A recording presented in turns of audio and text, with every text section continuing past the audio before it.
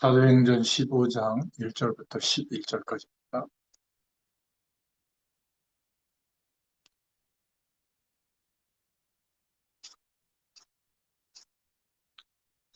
사도행전 15장 1절부터 11절까지 우리 같이 읽겠습니다.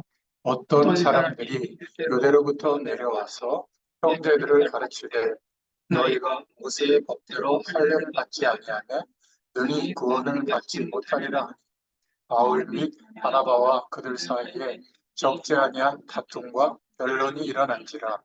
형제들이 이 문제에 대하여 바울과 바나바와 및 그 중에 몇 사람을 예루살렘에 있는 사도와 장로들에게 보내기로 작정하니라.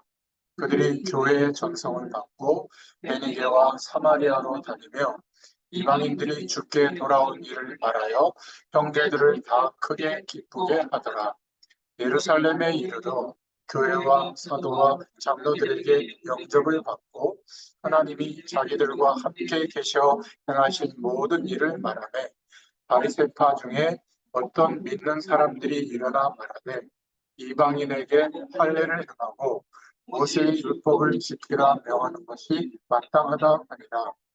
사도와 장로들이 이 일을 의논하러 모여 많은 변론이 있은 후에 베드로가 일어나 말하되 형제들아 너희도 알거니와 하나님이 이방인들로 내 입에서 복음의 말씀을 들어 믿게 하시려고 오래전부터 너희 가운데서 나를 택하시고 또 마음을 아시는 하나님이 우리에게와 같이 그들에게도 성령을 주어 증언하시고 믿음으로 그들의 마음을 깨끗이 하사 그들이나 우리나 차별하지 아니하셨느니라. 그런데 지금 너희가 어찌하여 하나님을 시험하여 우리 조상과 우리도 능히 매지 못하던 명예를 제자들의 목에 두르느냐. 그러나 우리는 그들이 우리와 동일하게 주 예수의 은혜로 구원받은 줄을 믿노라 하니라. 아멘. 오늘 사도행전 15장 1절부터 11절까지의 말씀을 통해서 하나님의 뜻을 따라 라는 제목으로 함께 은혜를 나누겠습니다. 우리가 구원받은 하나님의 백성이 맞나요? 예. 무엇을 근거로 해서 그렇게 생각합니까? 저는 가끔 예수 믿는 우리들의 모습을 보면서 이렇게 생각할 때가 있어요. 아주 가끔. 너무 무례한 그렇게 교인들이 많구나. 무례한 어떤 태도를 갖고 있는 하나님을 향해서도 되게 무례하고요. 마치 하나님하고 자신을 비슷하게 생각하거나 아니면 사람들을 향해서도 전부 아래로 보고 막 무례하게 행하는 너무 자신에 대한 뭐라 그럴까 퍼스널리티가 너무 높아요. 근데 다 그렇게 안 보는데 본인이 그렇게 생각해요. 너무 잘났고 또 너무 뭐 도전이나 노력도 하잖아요. 아니하고 사실 그리스도의 축복을 누리는 사람은 자신은 낮아질 수밖에 없죠. 기준이 그리스도시니까. 그런데 하나님이 높여줘야 되는데 이상하게 나를 덜 보고 또 이웃을 더 돌봐야 되는데 자기만 사랑하려고 해요. 날마다 사실은 낮아질 수밖에 없는데 날마다 높아지는 경향을 떼요. 하나님을 만나고 싶은 열망, 그것은 그리스도를 의지하고 날마다 낮아져야만 가능한 열망이 생기는 건데 그렇지 않고 높아지고자 하는 열망을 가지고 살아요. 그러니까 모습은 아무리 포장하려고 해도 교만한 모습이 형성되는 겁니다. 오늘 본문의 말씀은 사도행전 15장에서 뭘 말하고 있냐면 의식, 모세의 율법에 따라 생활을 이렇게 하라고 정해놓은 모세의 율법이 있거든요. 유대인들은 그것을 지금까지 지키고 있는 거예요. 또 십계명이라든지 하나님의 말씀에 하라는 거, 하지 말라는 거, 지키라고 하는 거 이런 율법의 준수의 문제로 오늘 예루살렘 공의회가 열려서 여기에 바울과 바울 그 팀이 가서 이 사실을 보고하고 예루살렘 공회가 이제 판단하는 거거든요. 그런 내용입니다. 그리고 15장 후반부부터는 사도 바울의 2차 전도, 선교 여행의 시작이 되는 내용이 나오죠. 그래서 마가하고 결별하는 그런 이제 내용도 나옵니다. 자, 그럼 오늘 어, 읽었던 본문의 말씀을 좀 살펴보자면 첫 번째로 지금 유대인들은 유대교 속에 있다가 예수를 그리스도로 믿게 됐는데도 여전히 이 유대교에서 개종한 유대인들은 할례에 대한 문제에 마음과 생각이 붙들려 있는 거예요. 안디옥 교회가 지난 시간까지 살펴봤지만 은혜 중에 막 이방 지역의 복음 사역을 잘 감당하고 있었죠. 어떤 문제가 생겼냐면 오늘 15장 1절에 보니까 어떤 사람이 유대로부터 이 안디옥 지역에 와서 형제들을 막 가르치면서 너희가 모세의 법대로 할례를 받지 아니했지 않느냐? 그러면 너희들은 구원을 받지 못한다. 이렇게 지적을 한 거예요. 그러니까 구원에 문제가 있다고 하니까 어, 뜨겁게 예수를 그리스도로 믿고 막 이방의 문이 열리고 전대웅들이 할때 안디옥 교회에 문제가 된 겁니다. 근데 사실은 이 이방인을 향한 할례에 대한 문제는 그 전에 초대교회에 고넬료라고 하는 중요한 사람이 돌아왔을 때 그 가족과 지인들이 할례를 받지 않았지만 구원받은 하나님의 백성으로 인치는 그런 세례를 받았거든요. 그때 반발이 있었지만 전부 다 교회가 나중에 하나님이 하시는 일이다. 성령께서 하시는 일이라고 받아들였죠. 그래서 사실은 율법의 문제가 할례에 대한 문제가 이때 사실 한번 정돈이 된 건데 또 일어나고 있는 겁니다. 안디옥 교회는 거의 많은 사람이 이방인들이 많았기 때문에 할례를 받지 않은 사람들이 많았죠. 그리고 1차 전도 선교 여행 중에 세워진 갈라디아 그 지역마다 세워진 교회들은 할례를 받지 않은 사람이 더 많았어요. 그러니까 유대에서 유대인들 중에 이제 예수님을 믿고 구원받은 유대인들이 이 지역까지 와서 교회들마다 할례를 받아야 구원을 받는다고 주장을 하게 된 겁니다. 그러니까 구원은 굉장히 중요한 근거가 되는 문제이기 때문에 사람들이 막 요동하게 됐죠. 근데 여기서 우리는 그냥 그게 그렇게 큰 문제인가 싶은데 이 할례를 받아야 구원을 받는다. 이렇게 주장하는 사람들도 초기 기독교인이었어요. 초대교회 멤버 중에 하나였거든요. 근데 그들이 왜 이런 주장을 했을까? 왜냐하면 할례 의식을 통해서 구원을 받는다는 것은 어떤 의미가 있었냐면 하나님의 백성이 되어야 된다는 거거든요. 즉 유대인이 되어야 한다는 것을 전제하는 의미예요. 그래서 다른 민족이어도 할례를 받고 모세가 정한 정결법을 포함한 모든 법을 지키기로 결단하면 유대인으로 하나님의 백성으로 받아주는 의미였어요. 예수를 그리스도로 믿고 구원받는 의미와는 좀 결이 다르죠.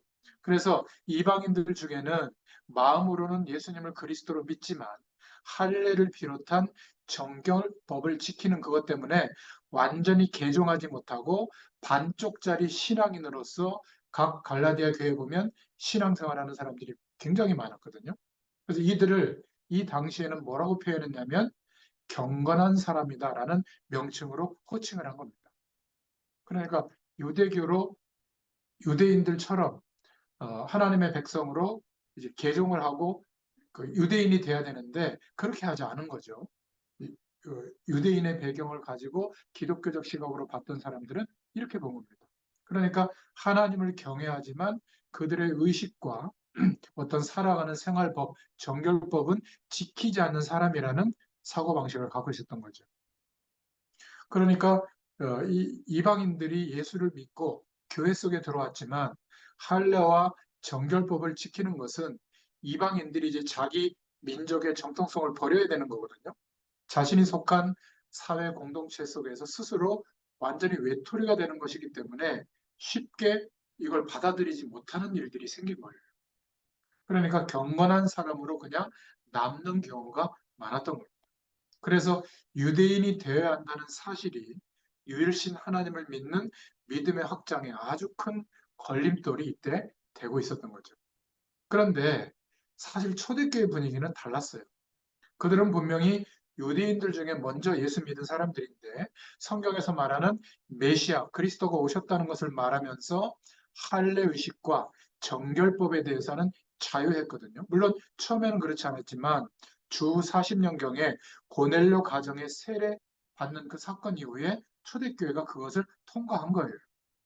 여전히 할례 의식과 정결법을 지키는 사람도 있었고 그렇지 않은 사람도 있었던 겁니다. 물론 유대인들은 그 전통 속에 있었기 때문에 계속 지켰겠죠.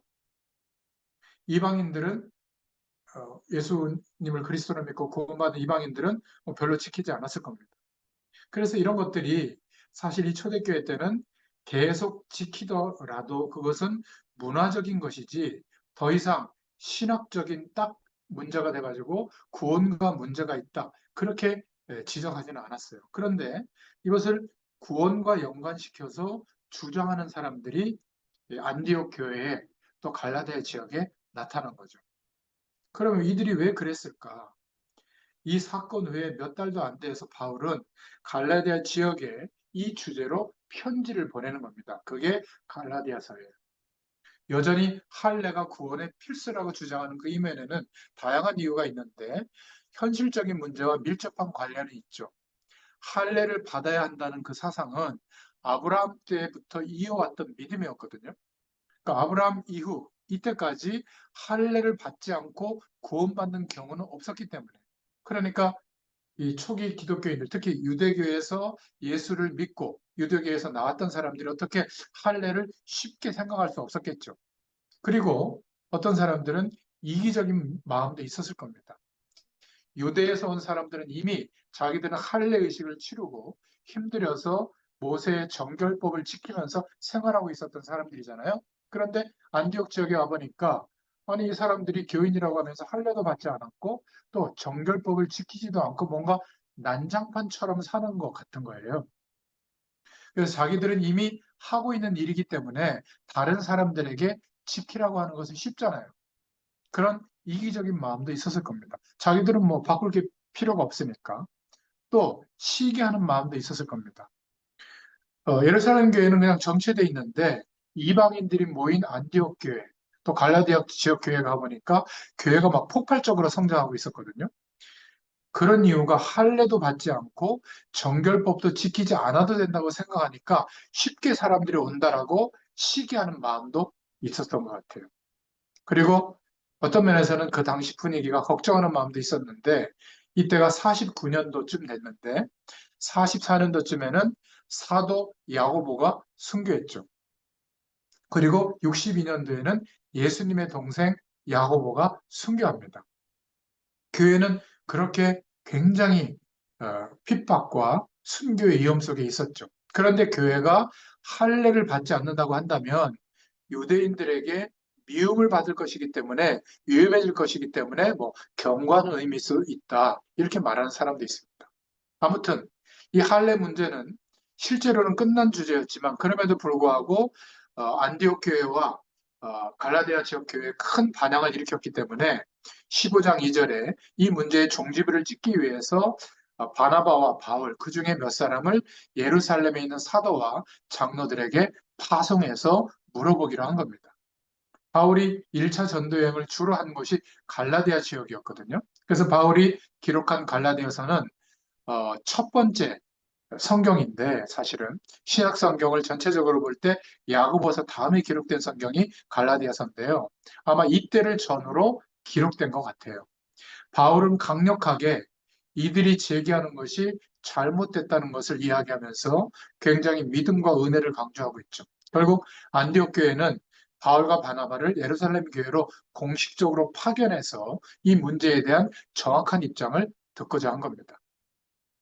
자, 그런데 오늘 내용을 보니까 예루살렘 교회가 결정을 했는데 많은 논쟁을 거친 후에 사도들의 대표 베드로하고 또 평신도들 장로의 대표격인 야고보, 예수님의 동생 야고보가 어, 지지하게 되죠. 바울과 바나바가 옳다고 결정하게 되는 겁니다. 예루살렘 교회에서도 일부 바리새인 기독교인들이 이방인에게 할례를 행하고 모세의 율법을 지키라 명하는 것이 마땅하다. 오전에 그렇게 주장하기도 했지만 베드로 사도가 우리는 그들이 우리와 동일하게 주 예수의 은혜로 구원을 받는 줄을 믿는다 하고 11절에 선포를 합니다.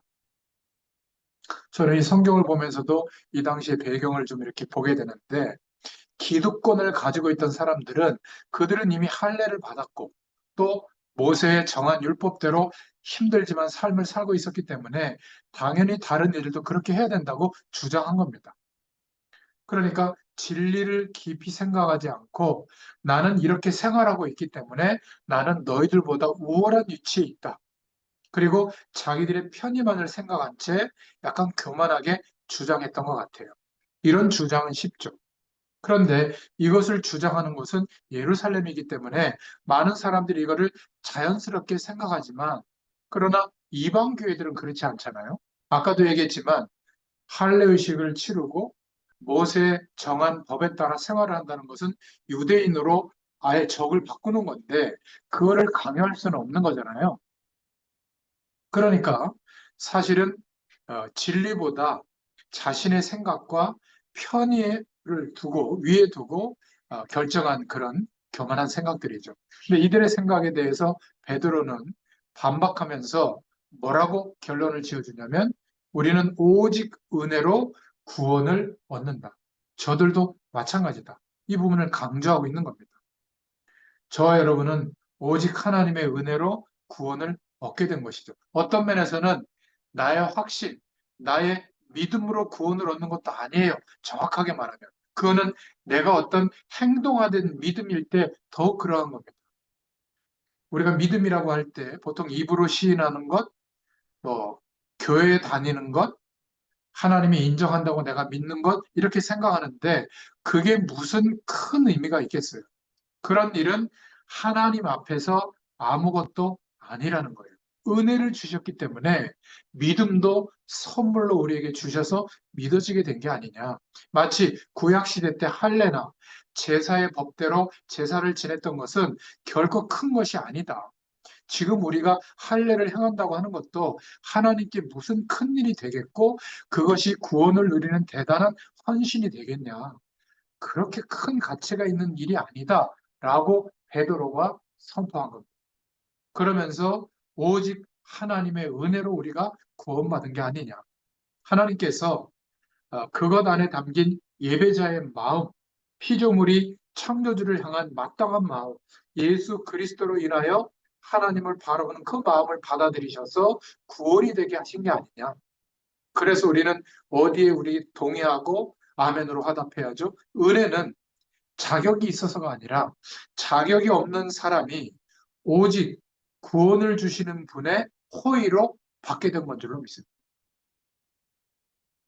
아멘 하셔야 돼요. 우리가 조금 나아서가 아니에요. 전적인 하나님의 은혜요, 호의예요. 할례도 고백도, 우리의 고백도 구원받을 자격의 기준이 아니라는 거예요. 오직 하나님의 은혜로 얻게 된 것이다. 그래서 은혜로 구원을 받는다는 사실을 아는 사람의 가장 기본적인 마음은 뭐죠? 겸손해요. 겸손하라가 아니라 나로부터 출발되는 그 어떤 것도 그렇게 중요해지지 않게 돼요. 그거를 내세우거나 판단의 근거로 삼지 않게 되죠. 이 당시 일부 유대인들이 할례를 모세 때부터 지켜왔던 것이기 때문에 대단한 것처럼, 모세의 정한 생활법을 지키는 게 대단한 것처럼 여겼는데 베드로가 선포한 겁니다. 그거 그렇게 중요하지 않다. 오늘날 어떤 사람들은 믿음의 행위를 대단한 것처럼 여기는데 그것도 그렇게 중요하지 않다. 믿음을 갖지 말라는 게 아닙니다. 오직 하나님의 은혜로 지금도 구원의 축복을 누리는 거다. 은혜로 구원 얻은 사람들의 자세를 우리가 갖고 살고 있는가? 이게 지금 하나님이 오늘 말씀을 통해서 우리에게 질문하고 있는 성령의 음성이에요. 우리가 하나님의 은혜에 대한 수용한 사람으로서 겸손한 마음을 잊는 순간, 무엇 때문에 하나님의 백성이 됐는지, 무엇 때문에 이러한 영적인 비밀을 알게 됐는지 잃어버리는 순간, 우리는 사실 모든 것을 잃어버리는 사람이 될 수도 있습니다. 참 이게 두렵고 떨리는 거죠.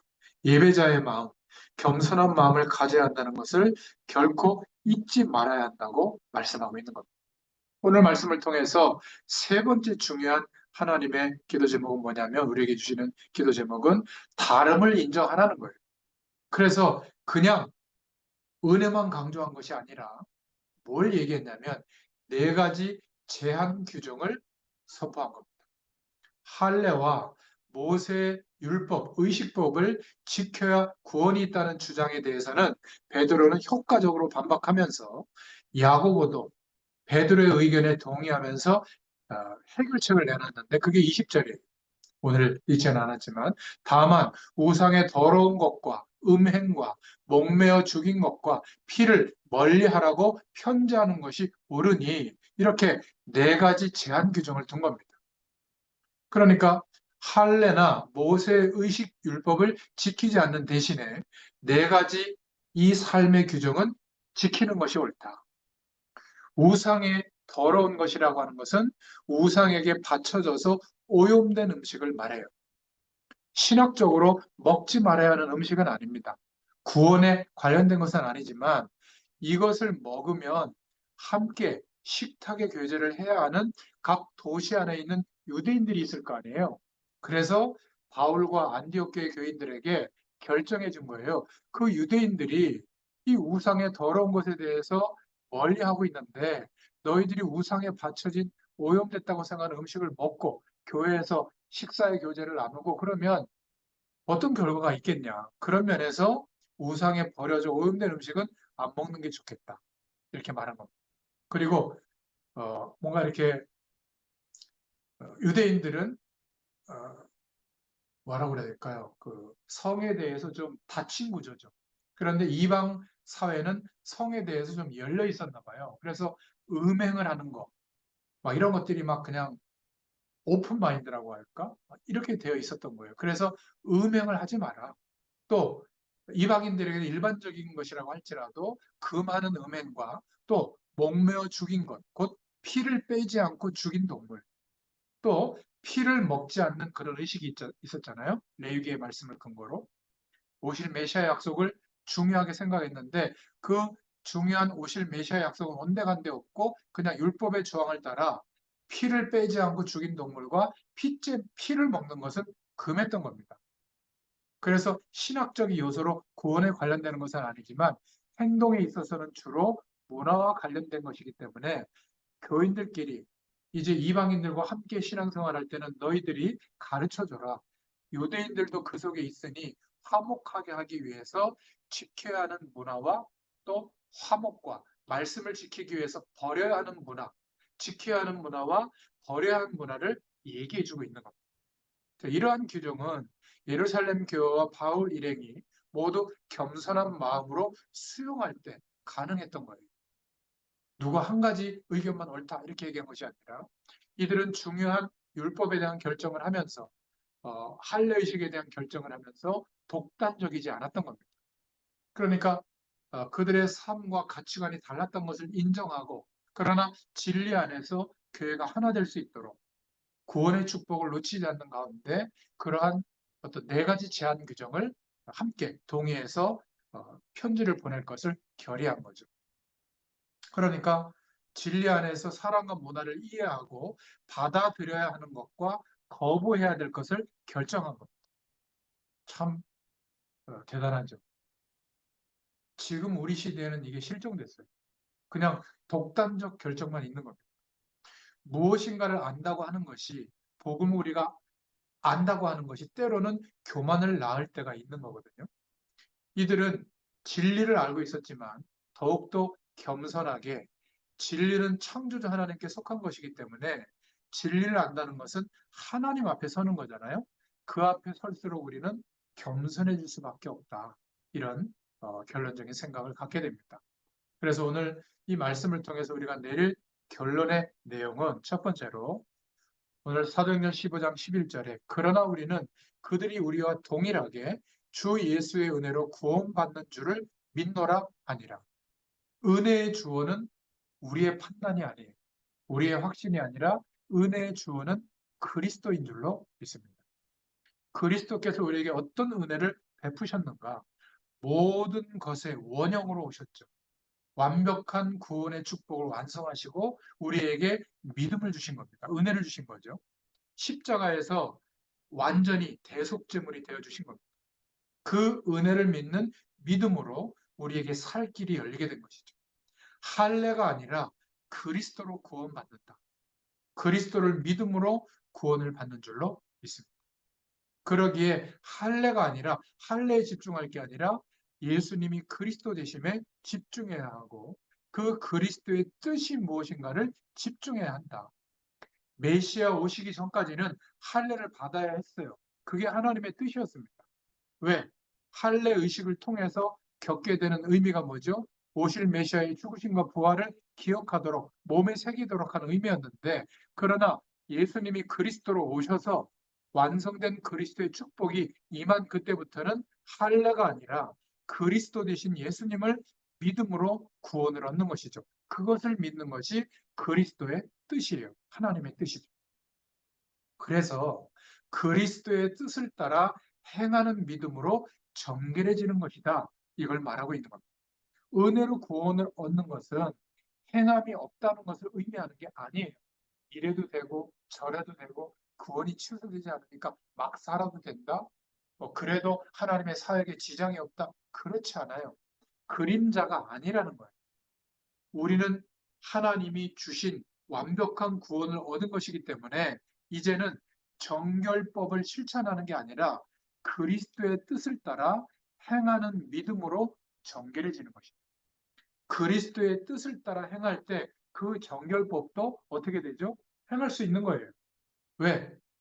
교회 구성원들이 하나 되어져서 하나님의 뜻을 이루기 위해서, 또 우리를 알고 있는 사람들이 우리를 보고 하나님께 영광이 되도록 하기 위해서 나는 자유하지만 스스로 구속되는 삶을 살 수도 있는 겁니다. 그걸 말하고 있는 겁니다. 세 번째는 말씀을 우리가 해석할 때 우리는 하나님의 뜻을 따라가는 사람들이잖아요. 말씀을 내 감정이나 나의 확신이나 내 느낌이나 신앙의 경험, 이걸 가지고 멋대로 해석하면 안 돼요. 그러면 신학이라는 내용이 필요 없죠. 또 목회자로서 훈련받는 것보다 직접 내가 성경을 읽고 하나님과 그냥 1대1로 막 은혜 받으면 되는 거 아니겠어요? 하나님의 뜻을 따라 해석해야 되는 겁니다. 그 뜻도 복음을 지향하는 하나님께서 시대시대마다 회복시켜 주신 신앙 고백의 전통을 따라 그 대열 속에서 우리가 서 있어야 돼요. 그런지 아닌지는 우리가 모르잖아요. 그래서 신학이라고 하는 장치가 있는 거고 교리라고 하는 장치가 있는 거고 또 모든 교회들이 동의한 교회법이라는 게 있는 겁니다. 이게 다 필요 없다 이래버리면 굉장히 위험한 상태가 되는 거죠. 주님이 이 땅에 오심으로 이제는 더 이상 할례를 통해서 하나님의 긍휼을 입는 게 아니라 할례의 시대가 끝났음에도 불구하고 여전히 자신들의 전통과 생각에 의해서 할례를 고집하는 사람들 때문에 교회가 어려움을 겪는 것을 오늘 봤죠. 이렇게 자신의 생각을 내려놓는 것이 참 어려운 것 같아요. 그러나 우리는 늘 예수 그리스도를 믿는 믿음으로 우리 자신의 바른 생각이 꺾여져야 될 줄을 믿습니다. 바른 생각이 나쁘다는 게 아니라 바른 생각이 위에 올라올 때가 많아요. 오직 하나님의 뜻하심을 따라가는 저와 여러분 되시기를 축원드립니다.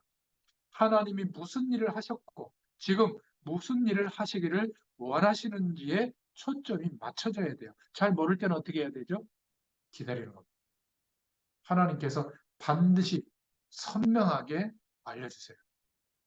율법 해석에 대해 문제가 일어났을 때에 안디옥 교회와 예루살렘 교회는 그 답을 잘 찾아간 거예요. 하나님의 뜻이 무엇인지 잘 찾아가는 게 중요합니다. 그래서 그냥 결정할 수 있었지만 예루살렘 교회의 대표자들을 파송하고 또 하나님의 인도하심을 받게 되도록 마음의 문을 열었죠. 또 예루살렘 교회도 오래된 관습이었지만 진리와 관습을 잘 구분한 것. 예루살렘 교회는 자신들이 이미 지키고 있는 것이었기 때문에 안디옥 교회를 향해서 쉽게 지켜야 된다 이렇게 말할 수도 있는 문제였지만 그들은 쉽게 말하지 않고 네 가지 중요한 규정을 두면서 하나님의 뜻을 잘 구분했죠. 그래서 우리가 네 번째로 내리는 결론은 예수 그리스도의 복음의 빛 아래 율법의 말씀을 해석할 수 있다면 모든 율법은 복음의 내용이 되는 줄로 믿습니다. 오늘날에도 여전히 율법과 은혜에 대한 논쟁이 많이 있는데요. 그래서 율법은 필요 없다, 끝났다, 폐기론과 막 율법주의라는 막 깡극단을 가지고 막 얘기를 하는데요. 우리는 해답을 잘 찾아가야 될 줄로 믿습니다. 오늘 본문의 문제 제기는 율법의 문제가 아니라 사실은 율법 해석의 문제거든요. 율법의 완성으로 오신 예수님 없이 율법을 해석하는 것이 율법주의로 가는 문제지, 예수 그리스도의 빛 안에서 율법을 해석한다면 모든 율법은 복음의 능력이 나타나는 도구가 될 줄로 믿습니다. 그때나 지금이나 분별할 수 있는 하나님이 성령으로 우리에게 은혜를 허락하실 줄로 믿습니다. 오늘 15장의 말씀을 통해서 이제 본격적으로 2차 하나님이 바울팀을 통하여 이방의 문을 여시는 그러한 축복의 길로 사도행전의 역사가 옮겨집니다. 오늘 말씀을 기억하면서 우리는 과연 어떤 생각과 의식의 기준이 되어 있는가? 정말 우리 안에 오늘 이렇게 율법이나 할례나 또 그동안 우리가 하나님의 뜻이라고 생각하면서 지켜왔던 그런 전통이나 이런 것들이 뭔가 이렇게 영향이 있어서 중요하게 하나님이 인도하시는 그 길에 방해를 받고 있지는 않는가. 하나님의 뜻을 따라 말씀을 해석하도록 정말 은혜의 주어는 그리스도인데 우리가 주인 돼서 뭔가 모든 것을 판단하지는 않는가. 이런 부분들을 좀 생각해 보시고 하나님의 크신 은혜로 인도받기를 축원드립니다. 하나님 감사합니다. 산업 현장에서 주의 말씀을 의지하여 성령께서 인도하시는 성령의 역사를 바라봅니다. 분명히 우리의 인생과 우리의 산업 현장과 세계 복음화를 두고 전문 현장을 향한 하나님의 계획 속에 우리의 전생을 인도하시는 줄 믿습니다. 사도행전을 읽어가는 중에 주의 뜻이 명확해지도록 하나님께서 역사해 나가실 줄 믿습니다. 오늘도 그 은혜가 우리 개인의 실제적인 삶의 산업에 나타나는 열매가 맺어지는 역사하심이 나타나는 은혜가 되도록 하나님께서 은혜를 베푸시고 역사하여 주시옵소서. 예수님의 이름으로 감사하며 기도드렸습니다. 아멘. 감사합니다.